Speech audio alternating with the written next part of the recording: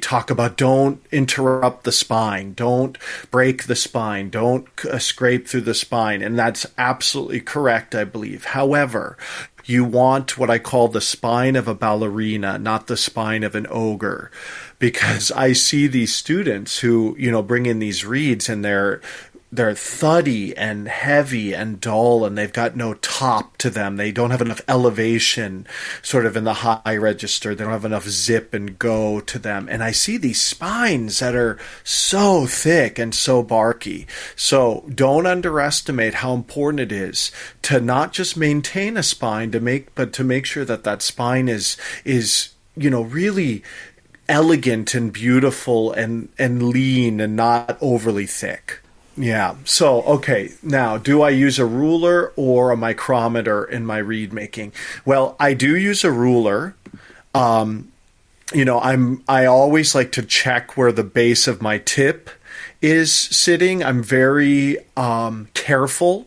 I'm very mindful about where I place the base of my tip. This is a lesson I've learned countless times in my reed making. It's very easy to allow that cut in, that sort of transition between the heart and the tip to kind of get further and further down the reed as you go to kind of try to get response and depth out of the reed. We do it unconsciously, and next thing you know, the bottom corner of your tip is,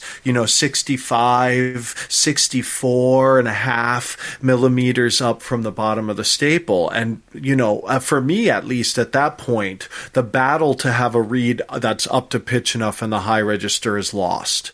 There's just no fixing it. I'm checking a lot with my ruler to make sure that bottom corner of that tip is really not sinking below 66. And in fact, I oftentimes start my tip in the early stage of reed making, like when I first clip it open.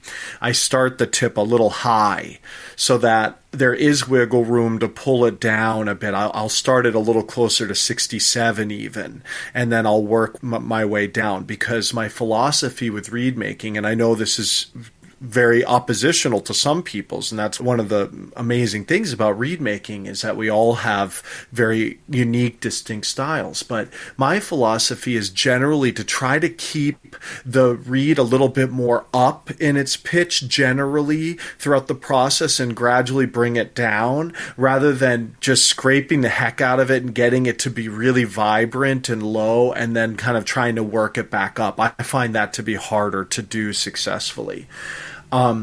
As for the micrometer, I do not actually use a micrometer. I never have. My mentor, when I was doing my doctorate at Michigan, Nancy King, introduced that to me, and I've definitely heard some other people utilize it, and I just kind of never got into it. I think it's a really great thing. I have students that do that. I have students that are really good reed makers that use a micrometer very thoroughly in their reed making and get great results from it. So I think it can be an extraordinarily useful tool. I just developed a reed making style for myself that's based really just on the visual aesthetic of the reed, particularly, as I mentioned before, the silhouette and, the feel, the crow, the way it functions. And, perhaps I'm kind of shooting myself in the foot a little bit.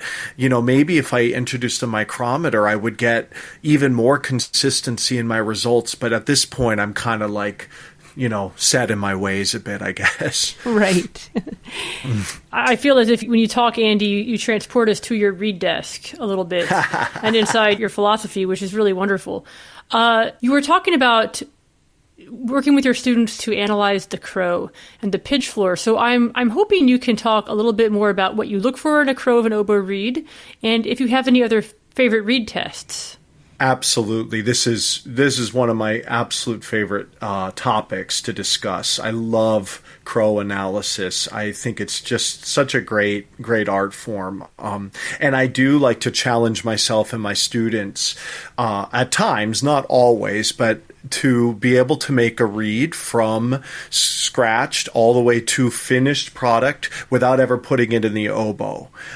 So only using the crow.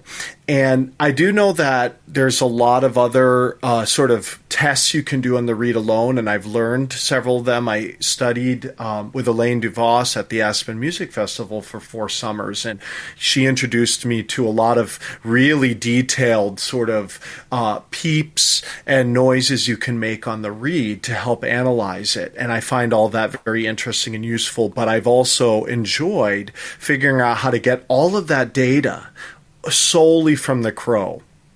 I feel like that is possible. I feel like the crow does tell me everything I need to know. I'm usually not surprised with a reed. So in terms of crow analysis, there are 3 things I'm going to be analyzing: the response, the pitch, and the tone, in that order of importance. And it is important to bring that up because, once again, that's really going to affect what you're listening for and how you're analyzing the information that the crow is giving you. How do we analyze response? Well, step 1 is to not fall into the trap that many oboists, including myself at one point, used to fall into, which is we usually crow at like a mezzo forte or forte dynamic, right? That's very standard in the oboe world. Anytime I ever ask a student to crow the reed for me, it's always going to be a blast of fast air. A high quantity of air, I should put it that way. So step 1 is to start with a pianissimo crow, right? You want to see how immediately the reed vibrates when air begins to touch it. I remember once Richard Woodhams told me that he wants his reeds to vibrate if he holds them out the window of a moving car. So, that kind of stuck with me. So I start with a really, really soft beam of wind, and I gradually increase airspeed very slowly until it starts to vibrate.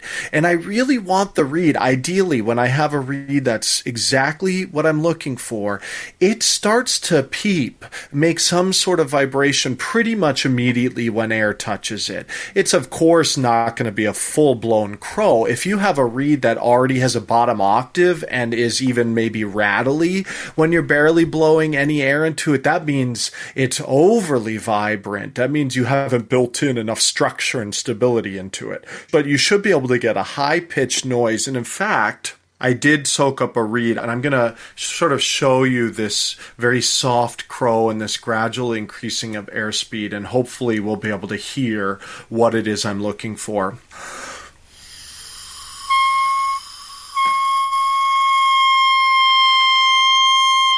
So you hear, as I first started, I started with virtually no quantity of air at all, just the lightest beam of wind. And it already started to have the hint of a sound. And then as I went up to maybe a pianissimo instead of like a quadruple piano, then vibration kicked in and we had that sort of high-pitched tone already.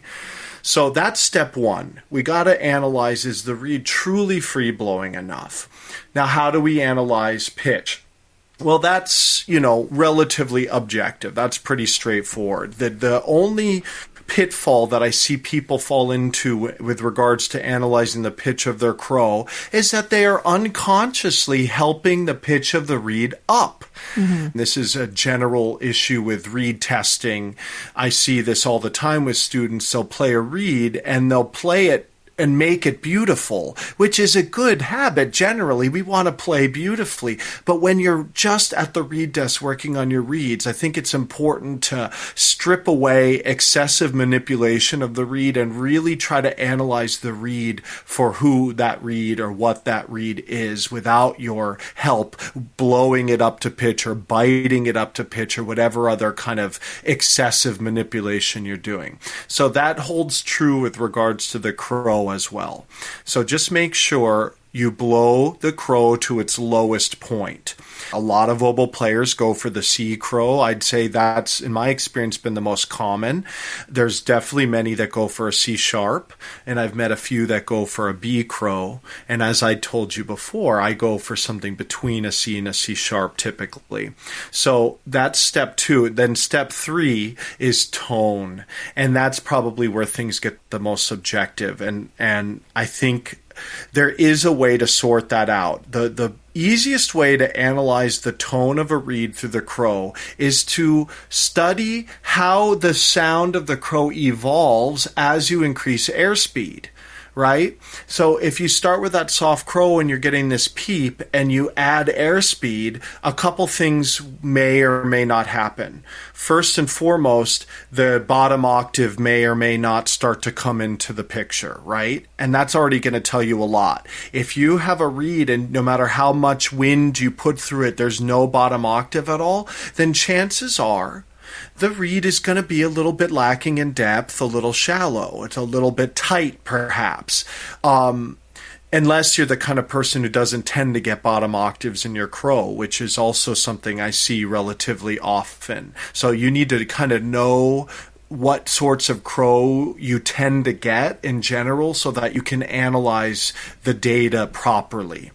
I do tend to get a bottom octave when I crow, so I'll know a lot about the reed based on how the bottom octave behaves. When does it start to speak as I add airspeed? And as it starts to speak, does it stay stable or does it start to rattle? And I soaked up a couple different reeds so I could hopefully demonstrate the difference. So that first reed I was crowing, I'm going to add enough airspeed to get that bottom octave to come out.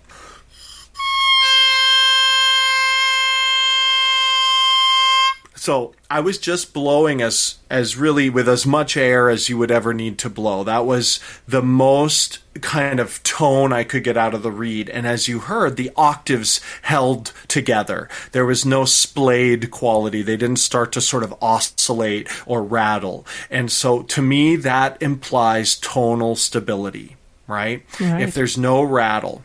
Now here's another reed, which is probably dry now, but let's see. And as you see, when I add that airspeed to that second reed, the pitch wobbles and the tone has a little bit more of that sort of spread or rattle. It's not that dolce octave I'm looking for. So that reed, I know, just based on that information, that tone is going to want to spread in ways that are going to be a little uncomfortable for me. It's going to make me want to grip the reed, which is going to ultimately be inefficient and tiring. So I've gathered all that information purely from analyzing sort of how the bottom octave comes into the picture, when it starts to speak as I add airspeed, and does it hold its tone together as I reach my maximum volume. Do you have any wisdom to share regarding keeping a healthy balance between practicing and reed making? Absolutely. And this is such a wonderful question that I think we should all be talking about a lot, because this is something that I myself have struggled with a lot in the past, and I definitely see students struggle with it. I think we kind of go through, different phases, particularly in our reed making. And I see this happen to a lot of students where they start to get good at reed making. And they start to kind of, really develop standards for their reeds that continue to kind of grow and get higher and higher. And then what happens is you end up getting to the place where you're spending all of your time at the reed desk and you're becoming obsessive about the perfection of the reed, and you're not therefore really practicing enough, and you're starting to become paralyzed by the need for the reed to be a particular way, to be perfect, or whatever it is you really think is this ideal you're looking for. So it's super important, I think, to be really mindful of that balance, particularly over sort of the macro, like how much time are you spending per day, per week, per month on your reed making versus your practicing. Start for a week or two, just try scheduling in a very organized way exactly how much time you're going to spend on your practicing, how much time you're going to spend on your reed making, and just be sort of open-minded enough to tweak and shift your process so that you're always attending to all the sides of this art form in a healthy way.